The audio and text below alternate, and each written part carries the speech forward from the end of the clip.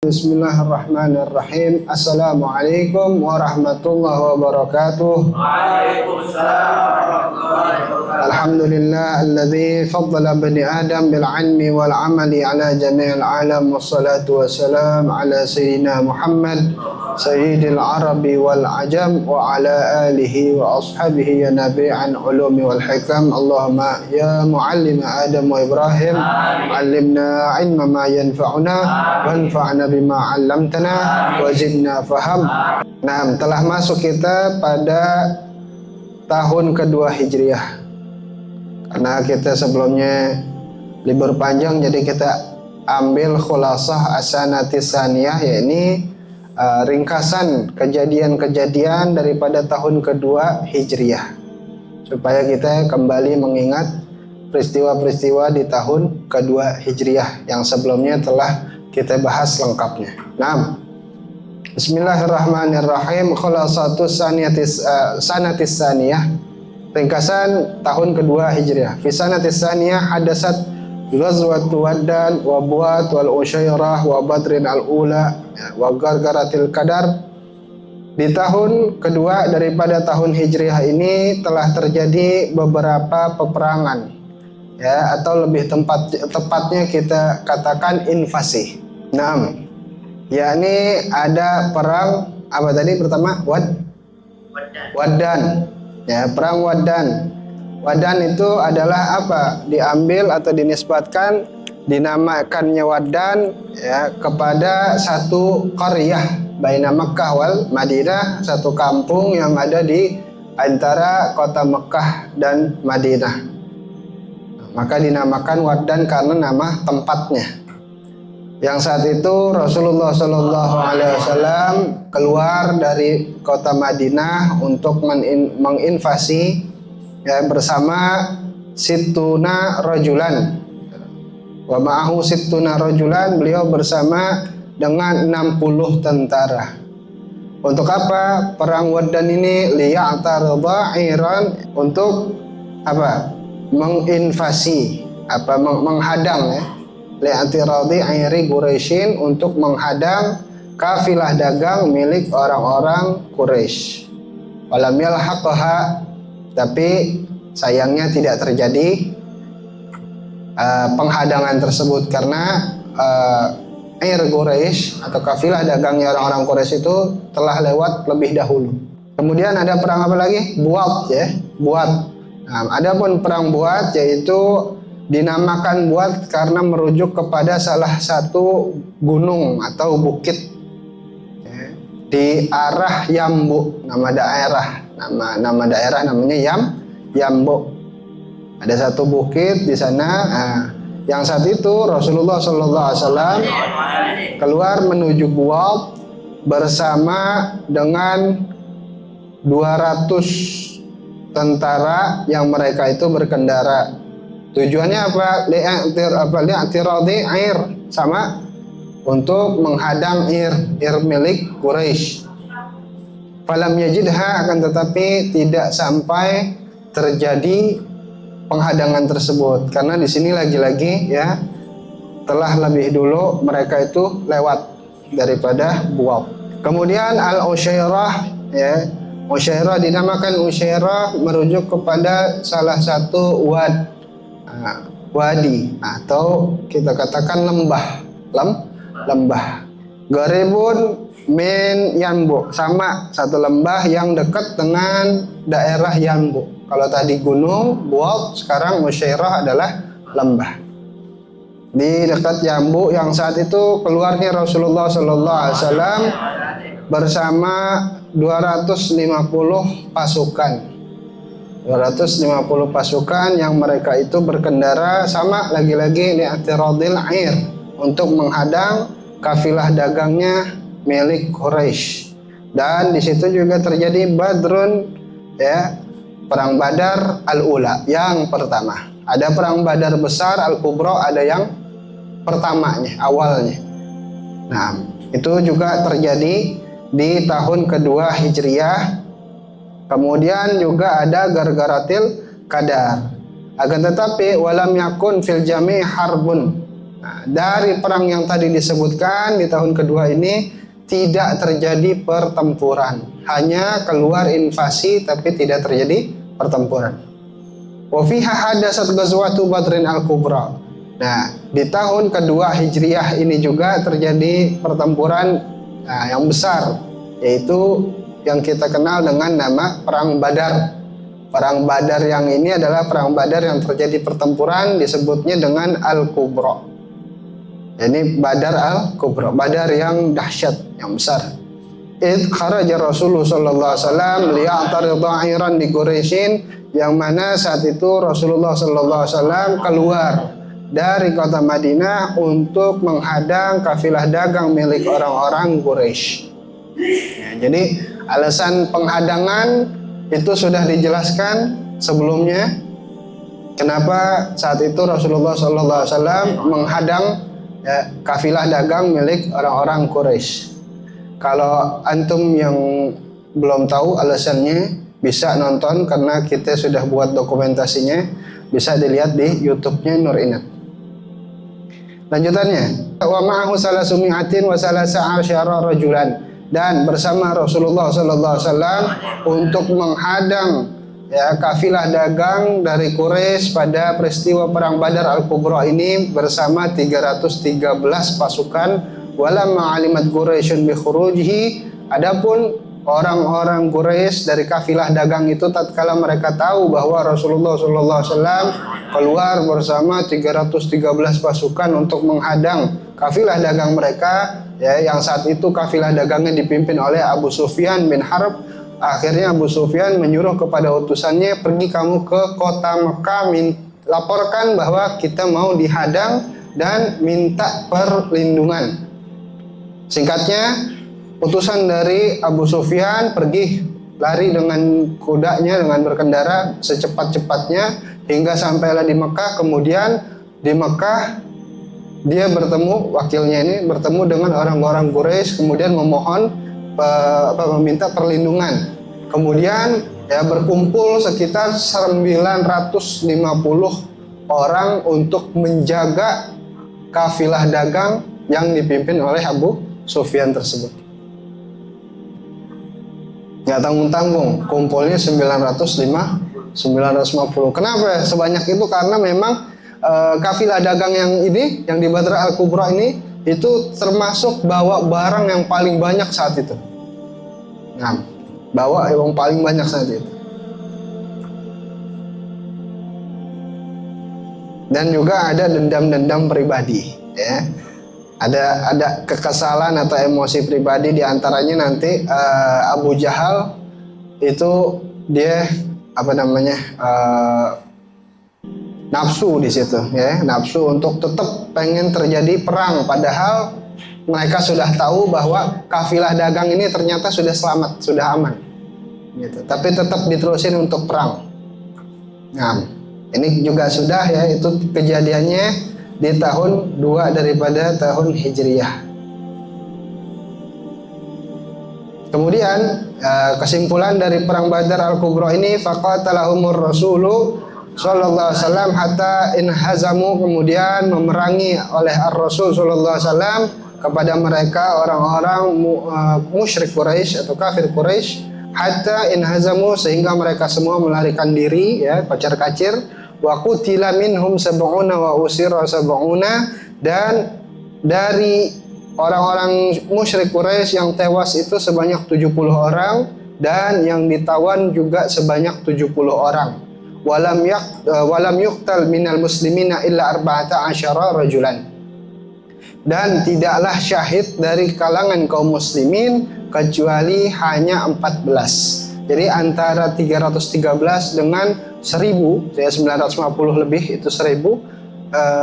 Kemudian terjadi pertempuran yang 1070-nya tewas dan 70 lainnya itu tertawan, sedangkan dari yang 313 itu hanya mendapati 14 orang syahid.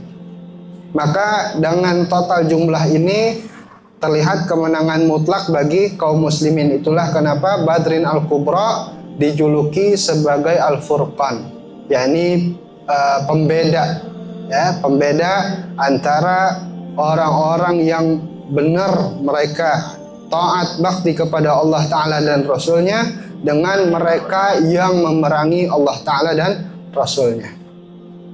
Dengan terjadinya perang Badar ini makin terangkat ya bendera Islam, panji Islam, menara Islam makin ditinggikan oleh Allah Ta'ala. Nah, lanjutannya. Wa qad hatama ar-rasulu al-fida'a 'ala al-aghniya wa faftadathum Quraisyun ammal fuqara'u fa fida'uhum ta'limu sibyanil Madinah al-qira'ata wal kitabah. Nah, kemudian dari 70 yang tertawan dari tawanan perang Badar Al-Kubra ini, Rasulullah SAW mengharuskan mereka membayar tebusan perang, tebusan tawanan, karena mereka ditawan, mereka nggak disakiti sama sekali, ya mereka nggak disiksa, walaupun kalau umumnya orang lazimnya ketika terjadi peperangan kemudian ada yang ditawan itu disiksa, tapi di sini nggak terjadi sama sekali penyiksaan atas mereka. Hanya saat itu Rasulullah bermusyawarah kepada para sahabat tentang mereka 70 yang ditawan ini harus diapakan. Kemudian para sahabat sebagian memberi pendapatnya, hingga yang dipilih oleh Rasulullah SAW adalah pendapat dari Sayyidina Abu Bakar, yaitu meminta tebusan daripada mereka yang ditawan. Bagi yang kaya dimintakan bayaran tebusan oleh Rasulullah SAW.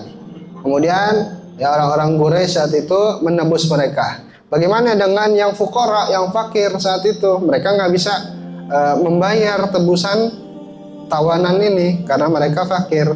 Ya, disinilah ya, hebatnya Rasulullah SAW.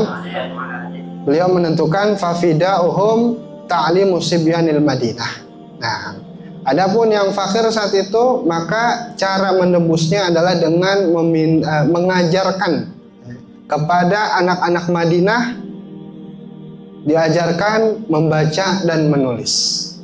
Nah, itu adalah tebusan mereka. Jadi ada yang dengan harta dan juga ada yang dengan ilmu. Wa fi hadhihi sanati hadatsat ghazwatu Bani Qainuqa wa hum qaumun min Yahudil Madinah khanul ahda fa hasarahumur Rasul sallallahu alaihi wasallam wa taradahum minal Madinah. Dan terjadi juga di tahun kedua daripada tahun Hijriah ini yaitu ghazwah Bani Qainuqa, perang Bani Qainuqa, yang saat itu Bani Qainuqa diperangi oleh Hadratur Rasul sallallahu alaihi wasallam atas perintah Allah Subhanahu wa taala karena mereka telah mengkhianati perjanjian dengan Rasulullah sallallahu alaihi wasallam, yang mana beliau sallallahu alaihi wasallam telah membuat kesepakatan, ya orang Yahudi dari Bani Qainuqa ini juga sudah sepakat saling toleransi di Madinah. Jadi beliau itu sangat menjaga toleransi. Nabi itu sangat menjaga toleransi, hanya saat itu dikhianati oleh Yahudi, dan memang sudah menjadi sifatnya Yahudi seperti itu. Sudah menjadi sifatnya orang Yahudi asalnya seperti itu. Mereka saking sombongnya meremehkan manusia di luar dari Yahudi, sehingga mereka tuh semena-mena. Begitu. Memang sudah seperti itu. Hingga di sini ya, kalau penjelasan yang sebelumnya adalah lebih lengkapnya. Di situ Allah Ta'ala menyuruh memang untuk sudah menghilangkan ya orang-orang Yahudi dari bumi, dari bumi, bersihin, kata Allah Ta'ala, sudah bersihin dari bumi. Ya udah hilangin, maksudnya dari bumi Madinah. Maka akhirnya Rasulullah SAW mengusir mereka dari kota Madinah. Ya. Dan itu Yahudi zaman dulu. Bagaimana dengan Yahudi zaman sekarang yang mereka itu tinggal di Israel, ya, walaupun negaranya kita anggap ilegal. Nah, karena aslinya Israel itu bukan negara tapi bani, satu kelompok, satu kaum. Nah, bagaimana ya? Lihat aja, mereka sudah menyatakan gencatan senjata, toh ujung-ujungnya mereka mengkhianati perjanjian mereka sendiri. Nah, makanya waktu diumumkan tentang gencatan senjata, aneh di situ pas lagi pembahasan Bani Qainuqa saat itu. Setelah kita bahas Bani Qainuqa, terjadi gencatan senjata. Di situ ini udah firasat, karena kita tahu bagaimana tabiatnya orang-orang Yahudi. Ntar juga dikhianatin, benar. Beberapa minggu kemudian terjadi pengkhianatan dari gencatan senjata. Akhirnya itu tadi yang sebelumnya Bani Qainuqa ini dikepung oleh Rasulullah SAW selama 15 malam. Selama 15 malam. Hingga ujung-ujungnya Allah Ta'ala menyuruh untuk sudah hilangkan dari bumi Madinah. Kemudian Rasulullah SAW mengusir mereka. Nah, melanjutkan wa fiha tahawwalatil qiblah. Dan di tahun kedua daripada tahun Hijriah ini juga telah terjadi perpindahan kiblat. Min Baitul Maqdis ilal Ka'bah, dari yang sebelumnya dari Baitul Maqdis ke Ka'bah Al-Mukarramah, yang Allah Ta'ala mempersilahkan Rasulullah SAW memilih kiblat mana yang Rasulullah ridhai. Nah, kemarin belum diceritain ini tentang adanya satu masjid yang unik, namanya Masjid Qiblatain, Masjid Dua Kiblat, Masjid Dua Kiblat. Jadi pada saat terjadinya peristiwa perpindahan kiblat dari Baitul Maqdis ke Ka'bah Al-Mukarramah, yang mana Allah Ta'ala menyuruh kepada malaikatnya menyampaikan wahyu untuk terjadinya perpindahan kiblat ini. Kemudian ada para sahabat yang saat itu sholat bersama Rasulullah SAW di Madinah, di Masjid Nabawi tepatnya. Singkatnya, begitu sahabat ini selesai sholat subuh sama Rasulullah di Masjid Nabawi, masih ngadep ke Baitul Maqdis. Kemudian salat zuhur itu kiblat sudah pindah ngadepnya ke Ka'bah. Nah, sahabat diantaranya ada yang salat sama Rasulullah, tahu perpindahan kiblat sudah terjadi. Kemudian beliau mau keluar dari kota Madinah. Beliau jalan keluar dari kota Madinah, sampai di tengah jalan beliau mendapati waktu asar, sehingga mampir ke satu masjid di luar Masjid Nabawi, di luar pusatnya kota Madinah. Sana ada satu masjid, kemudian beliau sholat di sana. Sahabat ini sholat di sana, dan mereka saat itu yang lagi sholat saat itu masih ngadep ke Baitul Maqdis. Kemudian sahabat yang baru datang ini, beliau langsung menyatakan sungguh kami sholat bersama Rasulullah SAW sebelum ini, dan kami telah menyaksikan bahwa Rasulullah SAW telah pindah kiblatnya min Baitul Maqdis ilal Ka'batil Mukarramah, dari yang sebelumnya ke Baitul Maqdis kepada Ka'bah. Akhirnya semua para sahabat yang lagi sholat saat itu, sholatnya tidak dipotong, kagak dibatalin, tapi hanya badannya yang pindah. Jadi badannya yang pindah. Nah, kira-kira kan berlawanan tah? Agak berlawanan deh. Kalau misalnya tadinya ngadep sini, jadi ngadep sono. Nah, tanpa dibatalkan sholatnya. Lagi sholat, ada sahabat yang menyatakan bahwa kiblat sudah pindah, akhirnya diubah saat itu pada saat lagi sholat. Pada saat lagi sholat itulah kenapa dinamakan Masjid Qiblatain, dua kiblat. Kenapa Madinah nggak dinamakan Qiblatain? Kan sama, dua kiblat juga. Dari yang sebelumnya Baitul Maqdis ke Baitullah Ka'bah Al-Mukarramah. Kenapa nggak dinamakan Qiblatain? Karena perpindahan Masjid Nabawi kiblatnya itu bukan di dalam sholat. Kalau ini lagi di tengah sholat. Wa furida shaum Ramadan, begitu juga terjadi beberapa syariat, ketentuan ajaran Islam, ajaran yang dibawa oleh Nabi besar Muhammad SAW, yang terjadi penentuannya itu pada tahun kedua Hijriah. Difardukannya saum Ramadan, hukumnya jadi fardu puasa di bulan suci Ramadan. Sebelumnya puasa sudah ada, tapi kewajiban puasa Ramadan terjadi di tahun 2 Hijriah. Wa zakatul fitri, dan begitu juga zakat fitr. Kemudian zakatul amwal, zakat mal terjadi juga tahun kedua Hijriah. Wa sunnatis salatul aidain, dan disunahkan sholat 2 hari raya. Yaitu diantara syariat yang terjadi daripada tahun kedua Hijriah. Kemudian ada tambahannya yang ini nggak disebut di bab-bab sebelumnya. wa tazawwaja Aliyun bi Fatimata wa umruhu 21 sanatan wa umruha 15 sanatan. Kemudian terjadi juga pernikahan daripada Baginda Ali dengan tercintanya Rasulullah SAW, yaitu Sayyidatina Fatimah, yang saat itu Sayyidina Ali berusia 21 tahun. Adapun Sayyidatina Fatimah saat itu berusia 15 tahun. Dinikahkan oleh Rasulullah SAW atas pilihan Allah Subhanahu wa Ta'ala. Karena saat itu sahabat banyak yang mau melamar Sayyidah Fatimah, putri Rasulullah. Tapi yang ditentukan oleh Allah Ta'ala untuk menikahi Sayyidah Fatimah adalah Sayyidina Ali. Dan itu terjadi daripada tahun kedua Hijriah.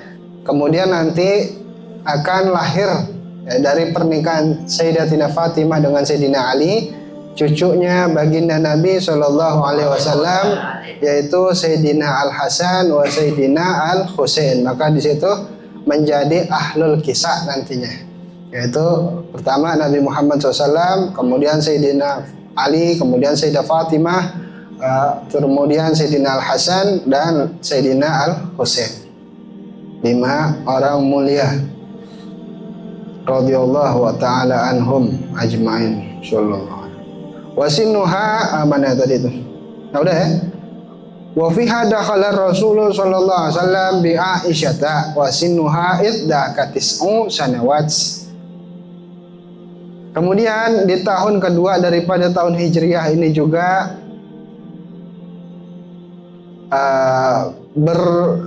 berumah tangga bersama atau tinggal bersama Rasulullah SAW dengan Sayyidatina Aisyah, putri dari Sayyidina Abi Bakar As-Siddiq radhiyallahu anhuma, yang mana saat itu Sayyidah Aisyah usianya 9 tahun. 9 tahun. Gini, nikahnya atau dipinangnya Sayyidah Aisyah oleh Nabi Muhammad saat kira-kira 3 atau 2 tahun pas sebelum hijrah, pas masih di Makkah. Tapi belum tinggal bersama, hanya dipinang. Dalam riwayat dipinang itu di usia 6 tahun, kemudian nanti 3 tahun setelahnya tinggal bersama itu di Madinah di usia 9 tahun. Dalam riwayat yang lain ada yang pas dipinang usia 8 tahun, tinggal bersama nanti 12 tahun. Ada juga riwayat 16 tahun tinggal 17 tahun tinggal bersama.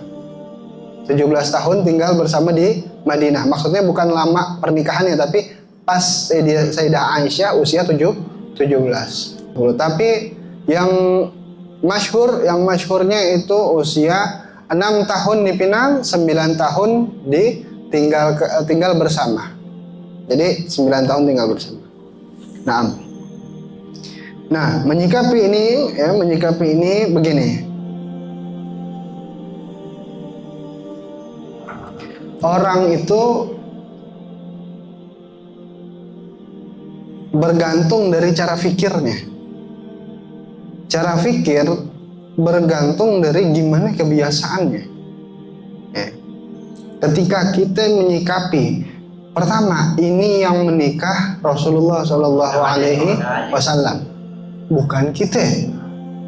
Sehingga yang kita lihat adalah ini kepada urusan wahyu ilahi, bukan kepada seperti pikiran kita. Kalau pikiran kita kan kebanyakan di sini kita untuk menghinakan diri aja. Pikiran kita kebanyakan ada seksualitas urusannya. Masalahnya beliau Shallallahu Alaihi Wasallam bukan untuk urusan itu. Ini Nabi. Dan itu pun wahyu ilahi. Jadi kalau kita mau lihat dasar ini adalah gini. Pertama, kalau mau lihat tentang urusan ini, lihat dulu peradaban di zaman dahulu. Ini perbedaannya jauh. Ini 15 abad, 14 atau 15 abad. Sehingga orang di usia 9 tahun saat itu dengan 9 tahun saat ini itu pasti jauh perbedaannya. Ya, pasti jauh. Berarti jauhnya ya. Ngerti? Di antaranya apa ya? Jauh lebih dewasa saat itu. Nah, kemudian memang kita lihat dulu keadaan zaman itu mayoritasnya seperti itu enggak? Tuh.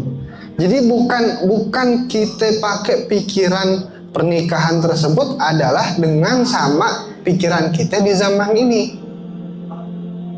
Ngerti ya?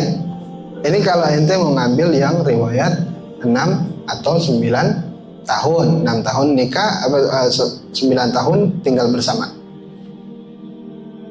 Jadi ngelihatnya itu bukan soal hanya urusan pernikahannya, tapi karena ini adalah wahyu dari Allah Subhanahu wa Ta'ala, dan buktinya hanya satu yang terjadi seperti ini.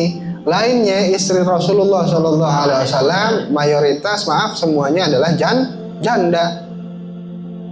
Kalau karena urusan nafsu, pertama Nabi Muhammad gak ada nafsu. Beliau SAW adalah maksum, gak punya nafsu, gak punya syahwat, gak punya apa. Seperti kita nggak. Jangan kita gambarin Nabi SAW seperti kita manusia biasa. Basyarun lakal basyar. Beliau itu manusia tapi tidak seperti manusia biasa. Sehingga kalau kita mau lihat ini, pertama sebagai wahyu dulu, maka ada hikmah pasti di dalamnya. Kenapa Allah Ta'ala ya menyuruh kepada Nabi untuk menikahkan Sayyidah Aisyah. Dan kita lihatnya hikmah dulu. Di situ luar biasa hikmah Nabi menikah dengan Sayyidah Aisyah. Yang Sayyidah Aisyah itu beliau radhiyallahu anha usianya masih usia kalau bahasa kita nih, masih usia sangat muda. Sehingga dalam banyak ilmu, terutama fikih perempuan, itu diwariskan banyak sekali oleh Rasulullah kepada Sayyidatuna Aisyah. Sehingga kalau Anda mau tahu bahwa para perawi paling banyak dari kalangan sahabat itu 10 besar atau 5 besar lah, 5 besar. Masuklah dari 5 besar ini perawi Sayyidah Aisyah terbanyak juga. Ngerti nggak maksudnya? Dari 5 besar perawi Sayyidah Aisyah masuk. Dan kebanyakan yang diriwayatkan kepada Sayyidah Aisyah itu banyak diantaranya urusan fikih dalam rumah tangga. Itu diantara hikmah masih muda sendiri. Ngerti maksudnya nih? Seperti ya kalau bahasa kita, ini aneh takut banget jadi ngomongnya kemana-mana. Ya. Artinya gini. Kalau antum, aneh yakin modelnya kayak aneh, gak ngurusin urusan beginian. Dalam arti gak ngurusin urusan beginian kepada urusan sangka buruk, aneh yakin. Tapi yang aneh maksud adalah jangan sampai ada orang di sekitar ente gak bisa jelasin. Itu loh, paham gak? Kan kalau orang lain di sekitar ente, aneh gak tahu tuh seperti ente atau enggak. Kalau entenya aneh yakin, enggak, udah enggak. Nih, bismillah. Iya, masalahnya bukan di ente yang ane khawatirin. Tuh, orang di sekitar ente masuk gak nih pikirannya kepada ini urusannya wahyu. Tuh. Kedua, ya juga selain wahyu, tadi masalah sejarah. Kalau ente mau lihat ada, ini nggak usah 14 abad yang lalu, kira-kira tahun 1300 terjadi di 8 abad lalu itu. Ini kan kalau kata orang, ini nggak mau nyontohin sih kalimat seperti orang Barat yang dia ngomong kalau nikahin anak kecil tuh bagaimana? Bukan soal ngomong nikahin anak kecil. Ini memang sejarah seperti itu. Kalau ente mau lihat, nggak usah masalah 14 abad yang lalu, 8 abad lalu itu ada negara yang ngomong nyuka anak kecil gitu. Itu ada negaranya, ya, Skotlandia. dia punya anak raja siapa namanya? Raja David kalau nggak salah. Raja David atau Raja David, dia punya Raja David ya, Raja David anaknya raja siapa itu? Pokoknya David II itu nikah dengan anak daripada Edward II. Nama putrinya Edward itu Joan. David II anak raja itu dia nikah, ini Raja Scotland nih, usia 4 tahun, laki usia 4 tahun. Dan Nabi nikah dengan Sayyidah Aisyah, Nabi sudah dewasa, ini usia 4 tahun. Kencingnya belum lurus. Joan perempuannya, anaknya Edward, Raja Inggris, berarti dia ratu putri Raja Inggris, itu nikah sama David usianya 7 tahun. 4 sama 7. Masuk akal gak itu? 4 sama 7 nikah nih. Itu namanya kalau zaman kita main masak-masakan tuh, main rumah-rumahan. Itu sih bukan nikah, bohongan kan. Tapi itu terjadi dan itu dipuji. Maksudnya adalah kenapa giliran orang lain kok bisa kita nerima, oh pernikahannya bagus, walaupun mereka masih muda belia, tapi bisa menjaga pernikahan. Kok giliran Hadratul Rasul pikiran kita jelek? Ini Nabi, itu raja, paham? Ini perintah dari Allah Ta'ala, ada hikmah di dalamnya. Di antaranya tadi urusan ilmu fikih, perempuan banyak yang diambil riwayatnya kepada Sayyidah Aisyah. Di antaranya itu total kurang lebih 2.200-an riwayat, tepatnya 2.210. Sayyidah Aisyah yang ngajarin. Di situ masuk rekaman tentang hadis tersebut. Tuh, 2.210. Ente hafal 20 hadis? Susah gak ngapalin 20 hadis? Ini 2.200. Dan tinggal bersama dengan Hadratul Rasul Sallallahu Alaihi Wasallam. Ya, banyak urusan fikih, termasuk urusan fikih rumah tangga. Yang itu perawinya adalah Sayyidah Aisyah, karena Sayyidah Aisyah tahu, bukan hanya tahu tapi ngerekam. Di sini biar kita nggak jelek pikirannya. Jadi kadang kita juga mesti marah ketika ngelihat kok ente giliran orang lain barat ente puja-puji, ente seneng. Ini kadang orang Islam sendiri juga yang ngelihatnya, ngelihatnya jelek kepada Nabi. Nggak boleh begitu. Yang nyelamatin kita itu Nabi Muhammad. Kenapa urusan begitu langsung gitu? Kok Nabi seneng sama anak kecil? Tuh pikirannya udah. Nah, kalau nggak bisa terima urusan ini, ya silakan ngambil riwayat yang lain, yaitu 17. Sudah gitu aja. Ya, tapi masyhurnya adalah kepada 9 tahun. Wa fi hadhihi sanati tuwfiyat Ruqayyah bintur Rasul sallallahu alaihi wasallam. Dan di tahun kedua daripada tahun Hijriah ini juga telah terjadi hal yang menyedihkan, yaitu wafatnya Sayyidah Ruqayyah. Siapa beliau Sayyidah Ruqayyah? Beliau adalah putrinya Rasulullah sallallahu alaihi wasallam. Beliau adalah istri dari Sayyidina Utsman bin Affan radhiyallahu taala anhuma.